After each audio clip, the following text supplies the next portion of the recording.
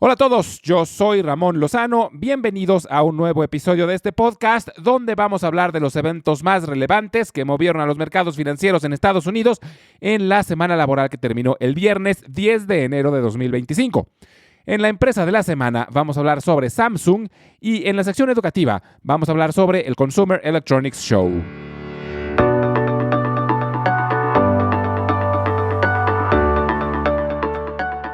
Ha sido un arranque de año complicado para los mercados que perdieron terreno por segunda semana consecutiva. El Dow Jones bajó 1.8%, el Standard & Poor's 500 1.9% y el Nasdaq fue el más afectado cayendo 2.3%. La información relacionada al mercado laboral fue la principal responsable de la caída en la bolsa. Pero es muy curioso porque los reportes fueron muy buenos. Se publicó que la economía de los Estados Unidos creó 256,000 nuevos empleos en diciembre, casi el doble de lo esperado por los principales analistas. El índice de desempleo bajó ligeramente y se situó en 4.1%. Lo interesante es que estos números son muy buenos. Muestran que la economía sigue muy robusta. El problema es que un reporte laboral tan sólido reduce la probabilidad de futuros recortes en las tasas por parte de la Fed, lo que tiene un doble efecto. Por un lado, causa preocupación que tasas elevadas por periodos largos de tiempo puedan enfriar la economía. Y por otro lado, provoca que el rendimiento de los bonos suba. Esto los hace más atractivos y compiten con las acciones. Pero, como hemos platicado en otros episodios, el mercado de bonos es mucho más grande que el de acciones, por lo que cuando los bonos se vuelven más atractivos, suelen tener un efecto negativo en la bolsa. Otro efecto es que el hecho de que el rendimiento de los bonos suba también eleva las tasas de interés que cobran los bancos por los créditos y las hipotecas. Esto le pega a empresas que requieren mucho financiamiento, como las startups y muchas tecnológicas, y también a empresas que dependen de que sus clientes obtengan créditos, como los desarrolladores de vivienda, las automotrices y las fabricantes de maquinaria pesada. Entonces, aunque el mercado laboral mostró buenas noticias, su efecto en la bolsa fue negativo. Pero este puede ser un efecto a corto plazo. Primero, porque aunque el reporte de diciembre fue muy bueno, si consideramos el trimestre completo, no fue tan bueno. Si se promedia el reporte de diciembre con el de noviembre y el de octubre, vemos que la tendencia fue similar a otros trimestres del año pasado. Sobre todo, el reporte de octubre fue muy malo. Entonces, lo que pudo haber pasado es que causas externas y temporales, como los huracanes y las huelgas, redujeron la creación de empleos en octubre y noviembre. Pero condiciones más favorables a fin de año mejoraron los números de diciembre. Además, un mercado laboral saludable y robusto finalmente es bueno para las empresas. Quiere decir que los consumidores van a estar en buena forma y representan casi el 70% de la economía. Un tema que sí podría tener un efecto negativo es el hecho que el reporte del mercado laboral mostró un incremento promedio en los salarios del 3.9%. Esto podría tener un efecto negativo en la inflación. Pero para esto habría que saber si hubo un incremento similar en la productividad, porque si la productividad subió en proporción, entonces no tendría un efecto inflacionario. Por lo pronto, la información publicada esta semana redujo las probabilidades de que la Fed recorte tasas este mes. Según la herramienta de Fed Fund Futures, el 93% de los inversionistas esperan que las tasas se mantengan sin cambios en la reunión que terminará el 29 de enero. Aunque aún falta que se publique información sobre la inflación de diciembre, lo que seguramente ajustará ese porcentaje. En temas microeconómicos, el presidente Biden bloqueó un intento de adquisición de US Steel por parte de la japonesa Nippon Steel, argumentando temas de seguridad nacional. Los directores de Nippon Steel condenaron esta decisión y dijeron que iban a demandar al gobierno federal de los Estados Unidos. Yo veo muy poco probable que su demanda tenga éxito, pero lo van a intentar. Lo que argumentan los directores de la empresa acerera japonesa es que el término seguridad nacional es demasiado ambiguo y entonces cualquier cosa se podría hacer argumentando seguridad nacional. Esta decisión no fue una sorpresa, era ampliamente esperada. Además, el presidente electo Donald Trump ya había dicho que también bloquearía esta decisión en caso de que le tocase a él. Aunque el argumento de Trump es más por un tema de nacionalismo, de no querer que empresas estadounidenses pasen a manos de extranjeros. En cuanto a reportes trimestrales, tuvimos muy poca información. Delta Airlines reportó números trimestrales y sus resultados fueron mucho mejores a lo esperado. Sus ingresos brincaron 44.5%, además de que incrementó su pronóstico para este año, lo que provocó un brinco en las acciones de Delta a un nuevo máximo histórico. Taiwan Semiconductor, la principal fabricante de chips a nivel mundial, también reportó mucho mejor de lo esperado. Sus ventas brincaron 34%. Estas son buenas noticias para el resto de la industria de semiconductores, ya que Taiwan Semi es el principal maquilador. Quiere decir que están teniendo muchos pedidos de empresas diseñadoras, como Nvidia, AMD, Broadcom, etc. La que decepcionó la semana pasada fue Constellation Brands, la empresa distribuidora de cerveza y otras bebidas alcohólicas. Bill Newlands, su director general, comentó que están viendo una tendencia en la cual en Estados Unidos se está consumiendo menos alcohol.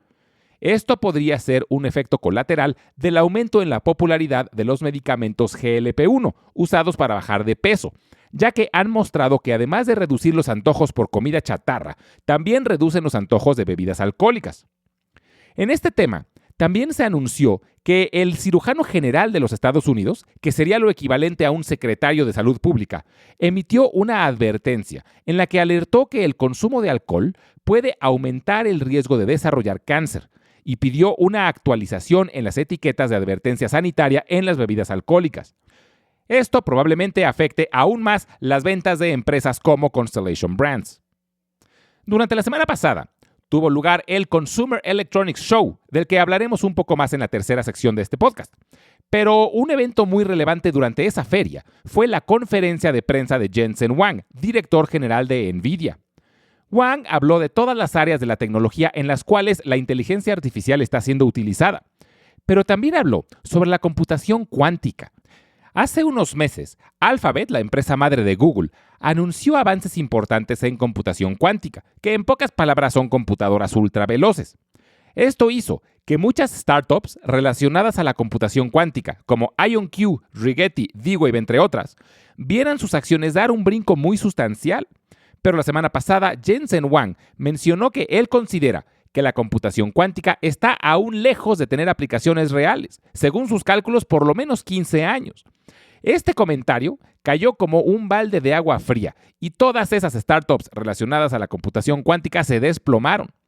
De todas maneras, son aún empresas muy pequeñas que le están apostando a tecnología que aún no está probada y por lo tanto son muy especulativas. Pero fue muy interesante ver cómo el anuncio de Alphabet hace un par de meses mandó las acciones de estas empresas a las nubes y así de fácil se desplomaron con los comentarios de Jensen Huang. Esta semana se reportarán dos de los principales índices utilizados para medir la inflación, que son el índice de precios al consumidor y el índice de precios de productores. Son números muy esperados, sobre todo después del reporte tan robusto de la semana pasada sobre el mercado laboral.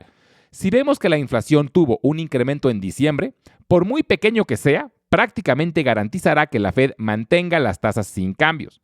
Si vemos una reducción sustancial en la inflación, un recorte de tasas podría estar de nuevo en la mesa.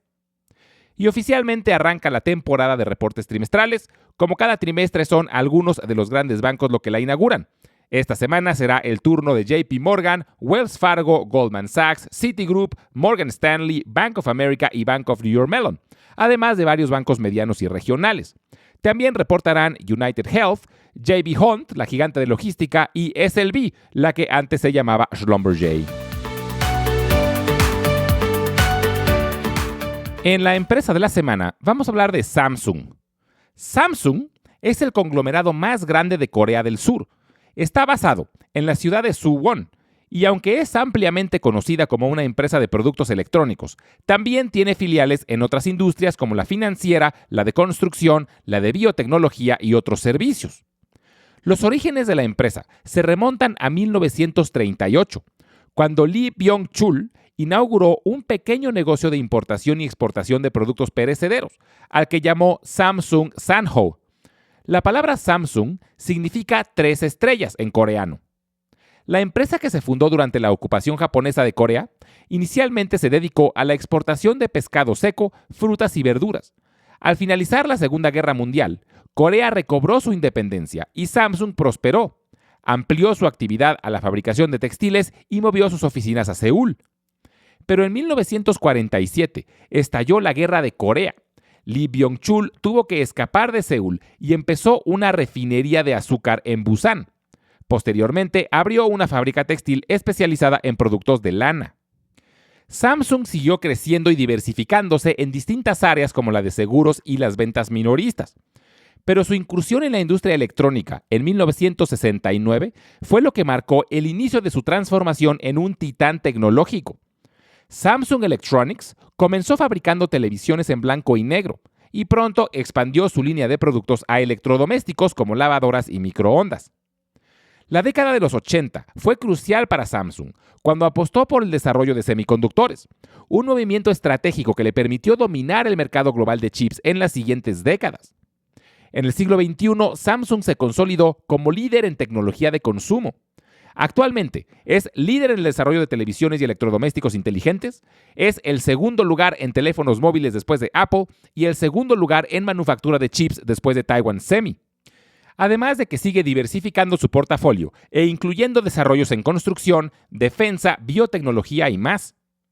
Al día de hoy, es la empresa más grande de Corea y tiene un valor de mercado mayor a los $250,000 millones, lo que la ubica como la número 37 entre las empresas más valiosas del mundo, aunque la marca Samsung es la octava más valiosa del mundo según la revista Forbes. Desgraciadamente, no es fácil comprar acciones de Samsung porque no cotizan en ninguno de los mercados estadounidenses. Cotizan en el mercado de Corea y en el de Londres. Algunos brokers permiten comprar CFDs, que son contratos por diferencias, con los que se puede beneficiar de una apreciación en las acciones, pero no se tiene la propiedad de las acciones como tal. El Consumer Electronics Show, mejor conocido como CES, es una icónica feria anual que se realiza en Las Vegas a principios de enero y es un escaparate de las innovaciones más importantes en el mundo de la tecnología. El primero en la historia fue organizado en 1967 en la ciudad de Nueva York y curiosamente fue una derivación del show de música de Chicago, que era donde se mostraban los primeros electrónicos de consumo. En su primera exhibición se presentaron 200 expositores y atendieron cerca de 17,500 personas. Por ponerlo en contexto, en su exhibición más reciente, que fue la semana pasada, atendieron 4,500 expositores y más de 140,000 asistentes. Desde su creación, el CES no tardó en posicionarse como el evento global más importante para visionarios de la tecnología. En 1978, adoptó un formato bianual, dividiéndose entre Las Vegas en invierno y Chicago en verano, aunque este modelo se abandonó en 1997 y se consolidó como un evento único en Las Vegas, donde se sigue realizando hasta la fecha. El CES ha sido testigo del debut de innovaciones que han definido generaciones enteras. En los años 60 debutaron las televisiones a color y los radios portátiles. En los 70, Philips presentó el cassette compacto y las primeras videograbadoras revolucionando el consumo de música y video. En los 80 se presentó el disco compacto y el Discman. También se presentaron las primeras videocámaras personales. En esta década también se presentó la primera consola de videojuegos de Nintendo y poco después el Game Boy, que marcó el inicio de los videojuegos portátiles. Los años 90 trajeron innovaciones en computación. Aparecieron las primeras agendas digitales y computadoras de bolsillo. Además, debutó el DVD y las primeras televisiones de alta definición. Los años 2000 mostraron las primeras televisiones de plasma y de LED. Se lanzó el Blu-ray y los primeros teléfonos inteligentes. En los años 2010 aparecen las primeras impresoras 3D, relojes inteligentes, drones comerciales y bocinas inteligentes como Amazon Echo y Google Home. En esta década, los principales avances los podríamos dividir en 7 principales categorías. La primera es la relacionada a la salud y el bienestar, con el objetivo sobre todo de mejorar la calidad de vida de las personas, con productos como exoesqueletos para mejorar la movilidad, monitores personales y herramientas para la telemedicina. La segunda categoría es la de energías renovables y sostenibilidad, con tecnologías enfocadas en la generación y almacenamiento de energía.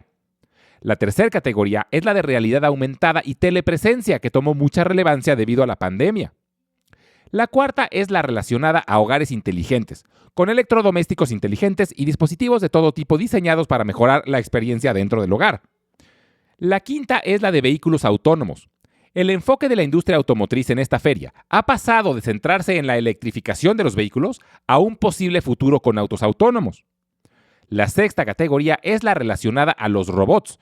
Desde robots que realizan funciones específicas hasta robots humanoides que tratan de imitar funciones y hasta interacciones humanas. Y la séptima y última categoría es la de la inteligencia artificial, que en realidad es un tema común y que permea y se utiliza en todas las categorías anteriores, pero su desarrollo está avanzando de tal forma que la podríamos considerar como una categoría independiente. Si les gusta la tecnología, les recomiendo muchísimo ir un día. Está abierto al público en general y si se compra con anticipación, la entrada ronda los $150. Vale mucho la pena. La de este año ya terminó, pero siempre es a principios de año. La próxima está agendada del 6 al 10 de enero de 2026. Como siempre, les recuerdo que todas las transcripciones las estaremos subiendo al blog, que se encuentra en Substack, al que pueden acceder directamente desde la página www.ramonlog.com. También los invito a visitar nuestro canal de YouTube, donde estaremos subiendo los audiogramas y videos educativos. En YouTube lo pueden encontrar como Invertir en la Bolsa Podcast. Finalmente les dejo mi correo electrónico por si tienen alguna duda, comentario o sugerencia, es ramonlog@yahoo.com. Muchas gracias y nos escuchamos en el próximo episodio.